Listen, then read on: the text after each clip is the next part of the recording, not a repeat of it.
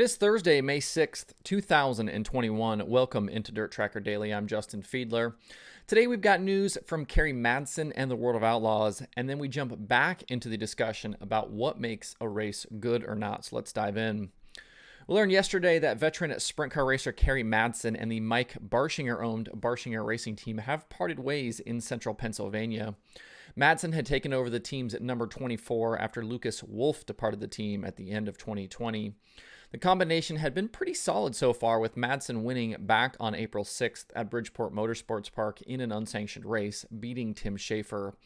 But now the team and Madsen are looking for other options. Madsen told Speed Sports' Kyle McFadden that it's been difficult being away from home in Iowa so much, and that he's going to focus on racing in the Midwest going forward.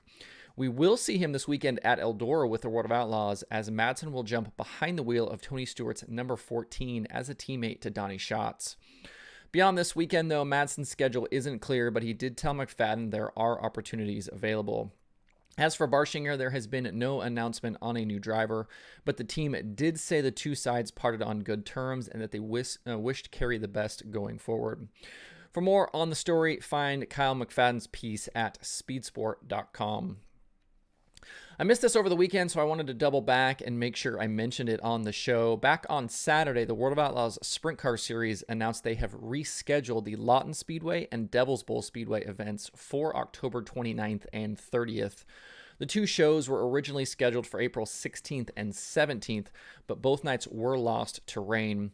These new dates now make this the final weekend before teams head to Charlotte for World Finals in November. The Outlaws will hit up Lakeside Speedway in Kansas on October 22nd, Lawton and Devil's Bowl on the 29th and 30th, then World Finals November 4th through the 6th to close out the 2021 season. Depending on where things lie with the championship, these two races could now be very pivotal in deciding late season points battles. For more on the announcement and the World of Outlaws schedule, visit worldofoutlaws.com. Back on May 13th of last year, I did an episode where we discussed what race fans consider a, quote, good race. At the time, I had just added a new stat to the race results in the analytics section, which was total position changed through the feature. I use those numbers along with a few super anecdotal Twitter polls to judge a couple of races in the database. By positions changed, I mean from the start of the feature to the end of the feature, how many total positions changed. So if a hard charger, for example, gained 9 positions, that's obviously 9 from start to finish. You basically take all of the positive changes that have happened over the course of a race and add them together to get the total positions changed. So we use those along with those Twitter polls to find a few races and judge them. And I had found the race with the most position changes and the race with the least position changes for the World of Outlaws that was available in the database, and asked people to vote whether each was a good race or not.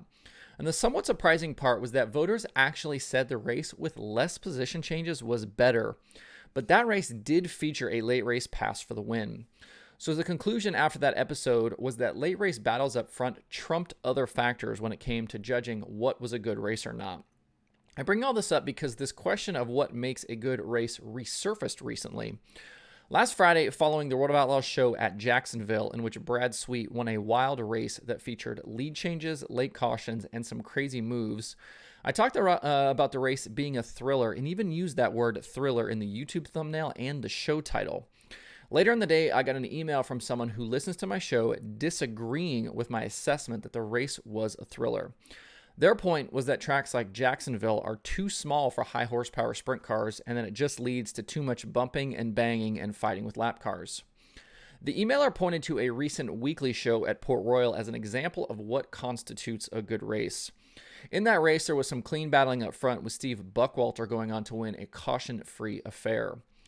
Following the Jacksonville race on Twitter, the overwhelming sentiment was that the race was entertaining, so I was actually a bit surprised to get an email like this. But I appreciate the differing points of view, and it's interesting to point out that people watch races in different ways and enjoy seeing different things. So this brings me back to the original question about what makes a good race. On the show a year ago, we were talking very specifically about passes and late race battles. This email expands the discussion to include the type of racing and tracks involved. I personally am a big fan of the short tracks in dirt racing. I grew up going to a lot of pavement late model races when I was younger, and I love the elbows out, kind of beating and banging, battling through traffic that ends up happening. Places like Jacksonville and the California bull rings are appointment watching to me. But on the flip side, I do also like the racing that happens on the bigger tracks. What we saw at Bristol or places like Eldora, Knoxville, Port Royal, those places can be incredibly entertaining as well. The difference is you are watching a bit of a different skill set play out and drivers do different things.